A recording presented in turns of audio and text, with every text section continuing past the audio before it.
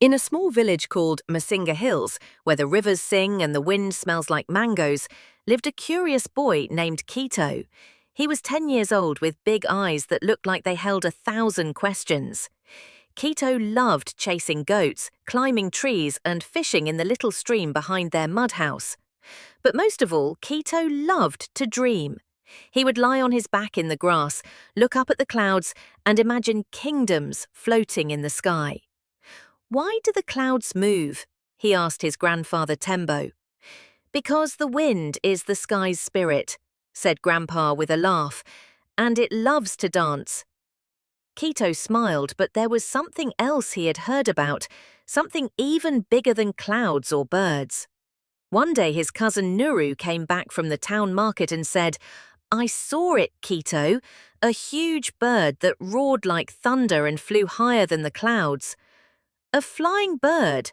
Kito asked. "No," said Nuru, "they call it a plane." From that day, Kito could think of nothing else.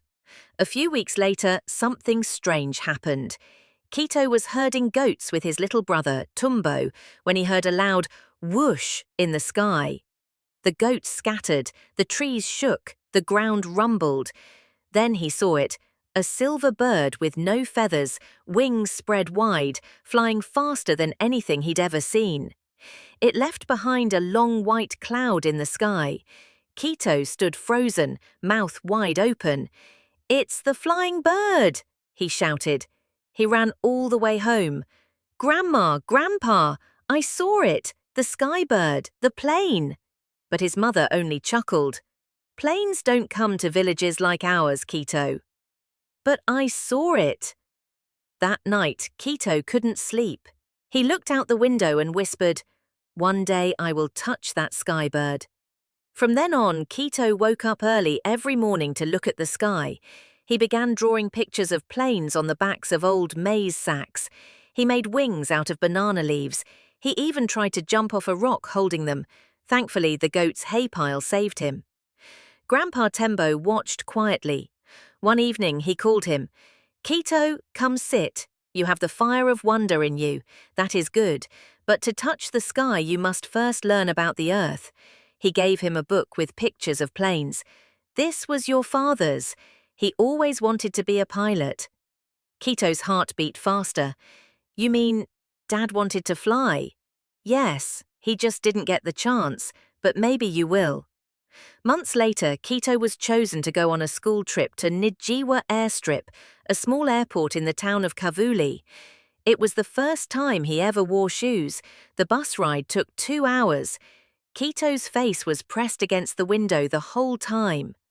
When they arrived, his breath caught in his throat. There, on the ground, were 3 huge planes. Their wings stretched wider than the village football field. Men in uniforms walked around with walkie-talkies. The smell of fuel filled the air. A pilot in dark glasses walked up and said, "Would you like to sit inside?" Kito didn't move. "Yes," the teacher said, nudging him. He climbed up the stairs slowly, heart pounding. Inside the cockpit, there were buttons, levers, and blinking lights. "Welcome to the sky's chariot," the pilot smiled. Kito sat in the co-pilot's chair. His fingers brushed over the controls. He imagined flying over the hills of Masinga, waving down at his goats, soaring through the clouds. A tear rolled down his cheek. Back in the village, Kito became a legend. "The boy who sat inside a skybird," the children said. He shared everything he had seen. He taught his friends how planes fly using paper, sticks, and leaves. Grandpa bought him a second-hand radio, and every Saturday they listened to a show called Voices of the Sky, where pilots from all over Africa shared their stories. Years passed. Kito studied hard. He traveled to the city. He joined an aviation school, and one day, wearing a clean white uniform and shiny shoes, he climbed into the cockpit of a real plane. Not as a visitor, but as a pilot. He flew over Masinga Hills. Below, his grandpa waved with pride. The children ran after the plane, just like Kito had once chased goats. He smiled and whispered, "I touched the sky, Dad, just like you dreamed." Sometimes, all it takes is one look to change everything. For Kito, that one plane in the sky was more than a machine. It was a promise, a dream, A call to rise. To all children with big dreams and small beginnings, may you chase your sky no matter how far it seems. Please support this channel by tapping the like, share, and subscribe button. Thank you so much for watching, and see you on the next video.